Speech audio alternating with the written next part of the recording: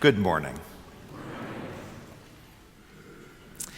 In the 2006 Christopher Nolan film, The Prestige, we find two rival Victorian-era magicians who are each trying to do this impossible magic trick called the transported man, where the magician is over here and he disappears and immediately appears over here, crossing a distance that he never could have otherwise, not in that speed.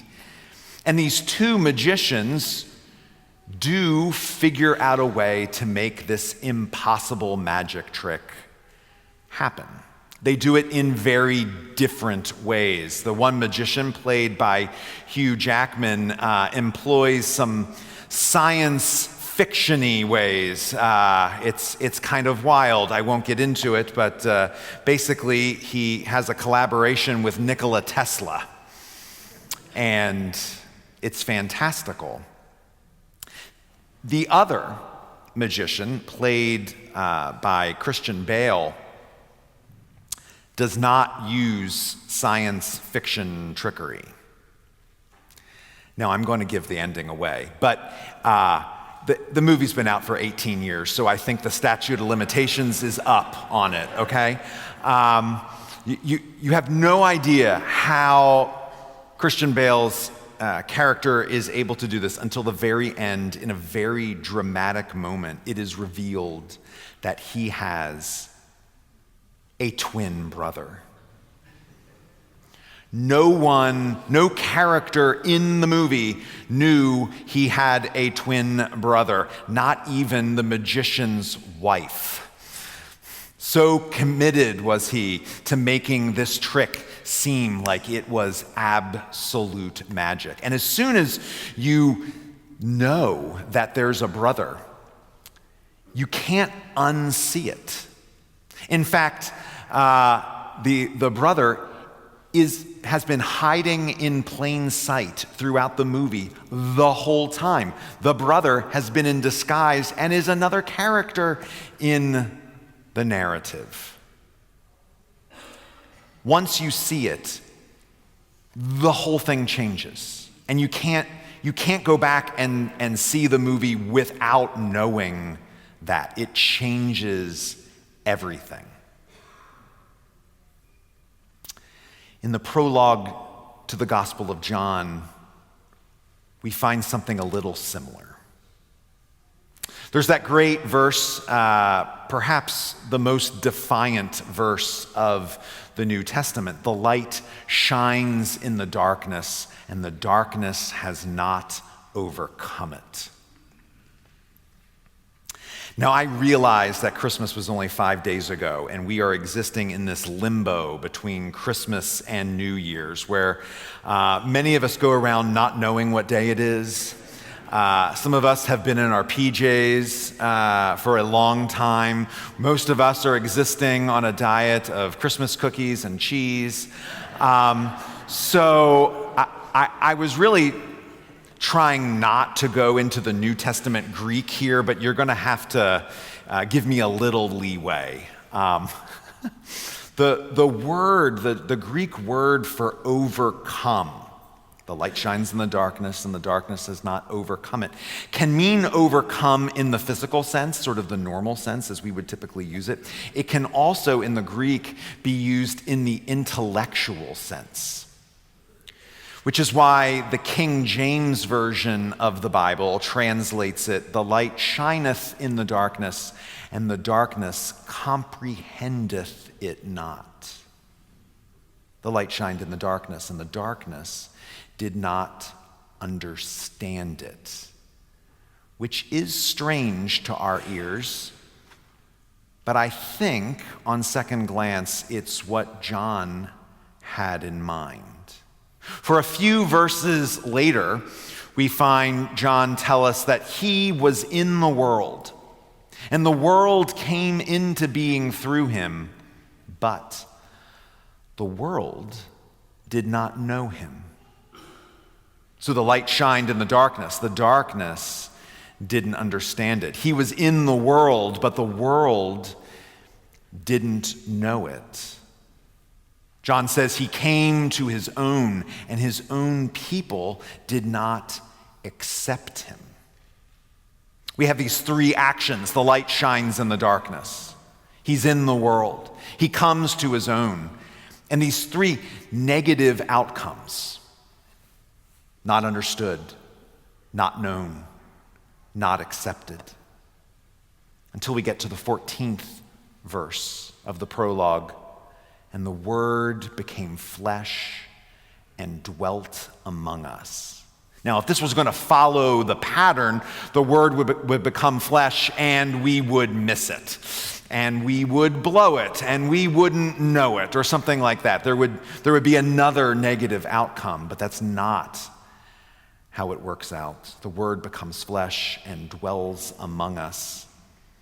And we have seen his glory, the glory as of a father's only son. The entire prologue hinges on this verse. Historian and theologian from Princeton University, Elaine Pagels, calls this feature of the prologue to John the three negations: not understood, not known, not accepted. But it's not the four negations, because the incarnation changes everything.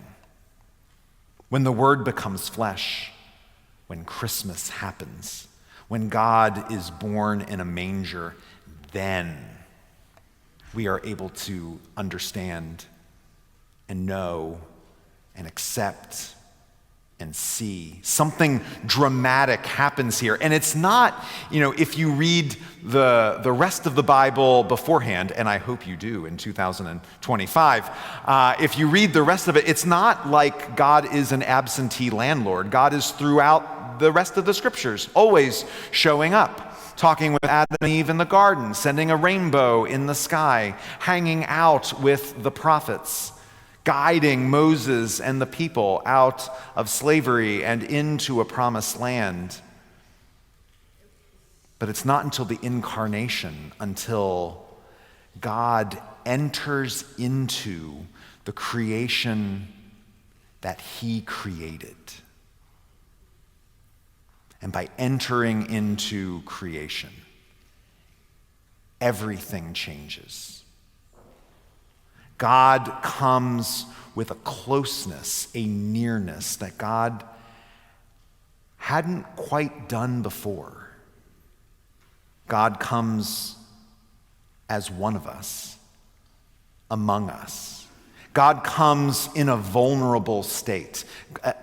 Being a human being is vulnerable. Our bodies are vulnerable. Jesus comes into the world as a baby, about as vulnerable as you can get, unable to care for himself, feed himself, change his own diaper. That is the vulnerability in which God comes to us in this incarnation and changes everything. But the vulnerability with which God comes isn't just related to his physical state. It's not just his humanity. It's not just his infanthood. It's also because it is a great act of love, which can either be requited or rejected. Speaking of vulnerability, I want to tell you a story.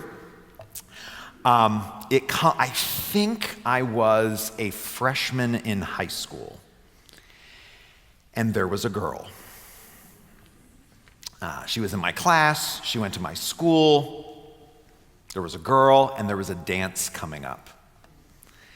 And I decided that I was going to ask said girl to the dance. And so I drummed up the courage, and I looked her up in the phone book, because those things existed back then. And I called her, and as soon as the phone started ringing, I instantly regretted my choice. And then she answered the phone, and I think I stammered something out. But it was something like, "Hi, this is Rick Morley. Would you like to go to the dance with me?"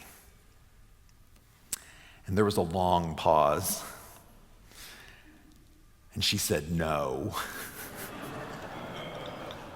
And then she followed it up with, "I'm going with my friends," which I think was meant to let me down kind of gently, but what she was really saying was I wasn't one of her friends, and so there was that. And of course, what did I do? I played it off coolly. "Oh yeah, sure, right. No problem, right? No problem. I'll probably go with my friends too." Dying inside, right? And then the next day I went to school and I acted like everything was normal, everything was cool, still dying inside. But I could pretend that I wasn't affected by this rejection. But imagine, if you will, if I had rented the school marching band to come down her road and stop at her front door, and I had ridden on a fire truck down the road and stopped at her front door, and I had rented one of those planes that writes things in the sky, and it said, "Will you go to the dance with me?" And she opened the door and I went, "Ta-da!" And she said, "No, I'm going with my friends." I would have put myself out so much that there would be no taking it back. There's no way to send the band away coolly and act like it's no big deal. That is the incarnation. It is not a small thing. It changes everything. God gave us a son. God gave us God's only Son.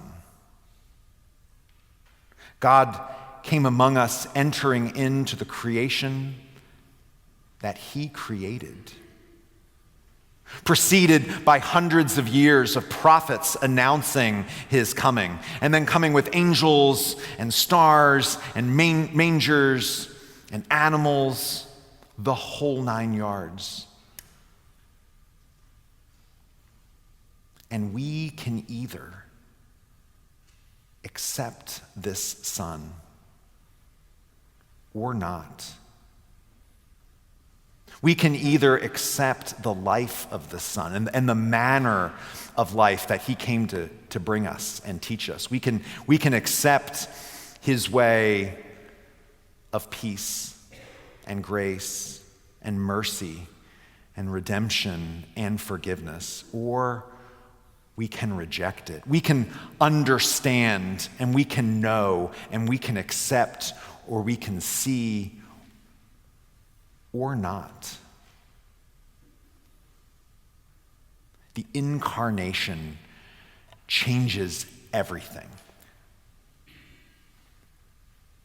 But the question that is laid before us every Christmas is, will we allow it to change us? Amen.